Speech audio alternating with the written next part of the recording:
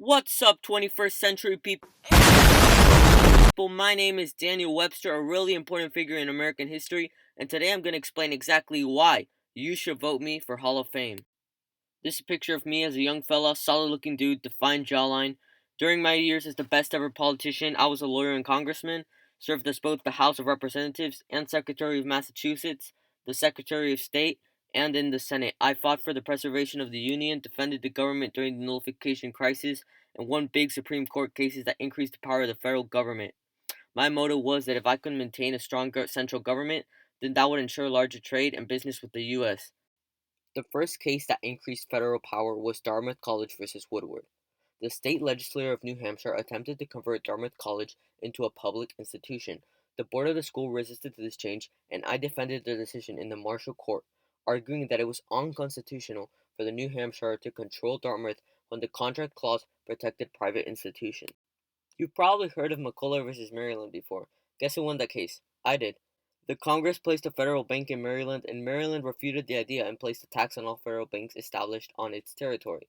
James McCulloch, the officer of the Federal Bank of the United States, refused to pay the tax.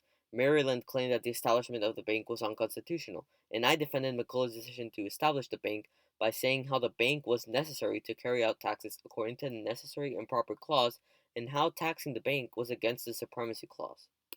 For the court case of Gibbon versus Ogden, these two guys used to share a franchise to use steamboats in New York, but after Ogden quit, Gibbons continued using it, and this angered Ogden. Ogden requested the state of court of New York to remove his boats, and the court agreed. I sided as Gibbons' lawyer, arguing that the Congress has the power to regulate commerce over state borders, not the state legislators, because of the Commerce Clause of the Constitution and the Supremacy Clause. The Supreme Court favored my argument that the Congress's power overruled New York's power. The tariff of 1828 raised the tariff of imported goods, which helped the North's economy, but didn't benefit the South.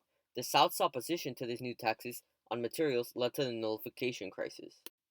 My opponent, the Senator of South Carolina, Robert Hayne, believed that the states had the right to nullify federal laws because they made up the government. I responded with the Webster's second reply to Hayne's speech, in which I defended a strong central government by saying that the federal law could not be nullified by an individual state because it represented all Americans. It was at this speech that I said the most famous words in U.S. history: liberty and union, now and forever one and inseparable, which would be later echoed in Lincoln's first inaugural address.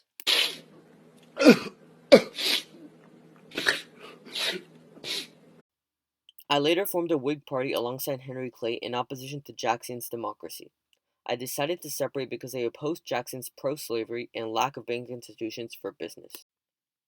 As Secretary of State under John Tyler, I met with Lord Ashburton and came up with an agreement to settle the Canada and U.S. border between Lake Superior and Lake of Woods, and the Western Territory along the 49th parallel. This treaty improved relations with the British by ending a major dispute over the U.S. and Britain borders. While in the Senate, largely because of my eloquent speechifying skills shown in speeches like Webster's second reply to Hayne, I became known as part of the Great Triumvirate, alongside Henry Clay and John C. Calhoun. I personally opposed slavery as a Northerner, but when it came to the Compromise of 1850, I wanted to see all standpoints to please the South. I stated my opinion in a very influential speech called the 7th of March speech, in which I urged people to compromise to the issues of slavery for the sake of keeping the Union together. I tried to prevent Southerners from proceeding with secession by explaining that it would lead to conflict. But hey, what can I say? People love me. A witness said that I had luminous eyes and solemn majesty. Oh my God! Wow! To wrap it up, you should vote for me, Daniel Webster, because my arguments, such as the landmark Supreme Court cases and my speeches during the nullification crisis and the compromise debates, as well as my negotiations, such as the Webster-Ashburton Treaty, are what allowed America to have a powerful government and strong trade connections. Plus, I'm watching you. If you don't vote for me, I will find you.